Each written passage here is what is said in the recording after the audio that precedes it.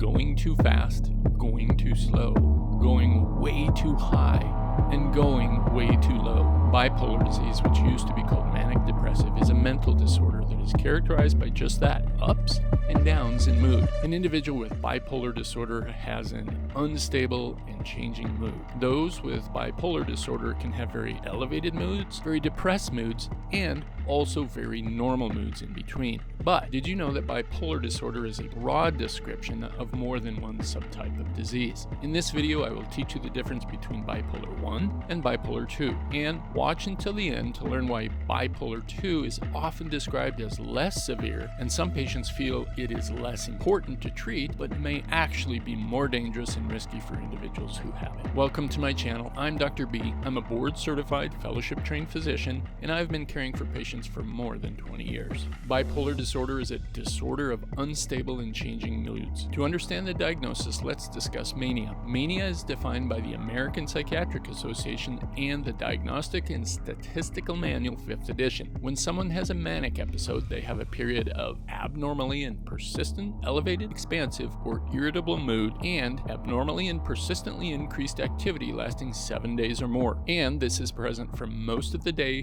nearly every day. In addition, they have 3 of the following 7 criteria that help describe this elevated mood. Number 1, inflated self-esteem or grandiosity. The patient may feel that they are talking to God, that they are God, or that they're a superhero. Number 2, decreased need for sleep. Patients with BPD and mania can feel fully rested after only 2 hours of sleep, or they may not sleep at all and still feel fine. Number 3, being more talkative than usual with constant pressure to keep talking.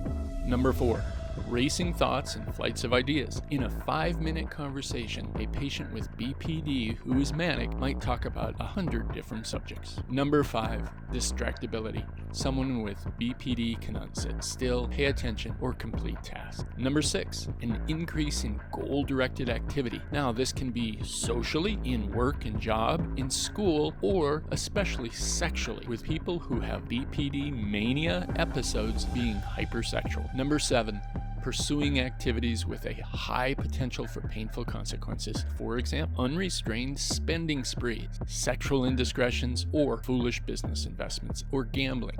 In bipolar 1, these behaviors cause significant impairment in everyday life, significant distress for the patient, and often result in hospitalization. This is very usual. This distress is in multiple areas of their life, including school, work, home life, and not isolated to just a single area. Now, contrast this with bipolar 2. In bipolar 2, an individual has the same manic-type behaviors. However, instead of lasting for a week or 7 days, they last for only 4 days. And keep in mind, these can't be explained by excessive caffeine intake or stimulants like cocaine use, which can produce similar reactions. Importantly, the manic behaviors in bipolar 2 are termed hypomania because they don't last as long. They are not usually as severe, and they do not cause significant impairment or distress in all areas of life. Those with bipolar 2 remain high functioning. They do not get hospitalized for the hypomanic episodes, and an important point, they don't have delusions or time periods where they have difficulty recognizing what is reality and what is not.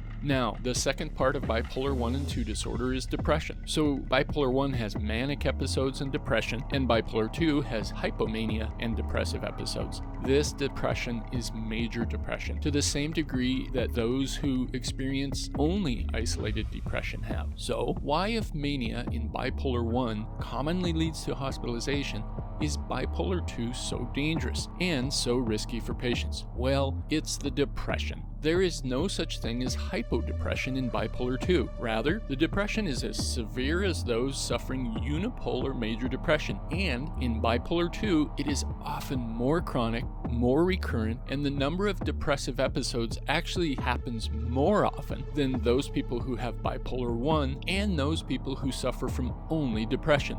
And so, bipolar 1 is very very intense and like a tornado moving through quickly with destruction. But the depression that is so common in bipolar 2 is very debilitating, both from a severity standpoint and a recurrent standpoint, because it keeps coming back. Now, that major depression comes with those risks associated with severe depression. Patients and clinicians sometimes are under the misguided notion that bipolar 2 is less severe because of this less intense nature. But because of the severe depression, it is vital to maintain consistent long-term treatment to address the recurrent severe depressive episodes. Thanks for watching. If you'd like to view more educational videos, try this one on anorexia or this one on paranoid personality disorder.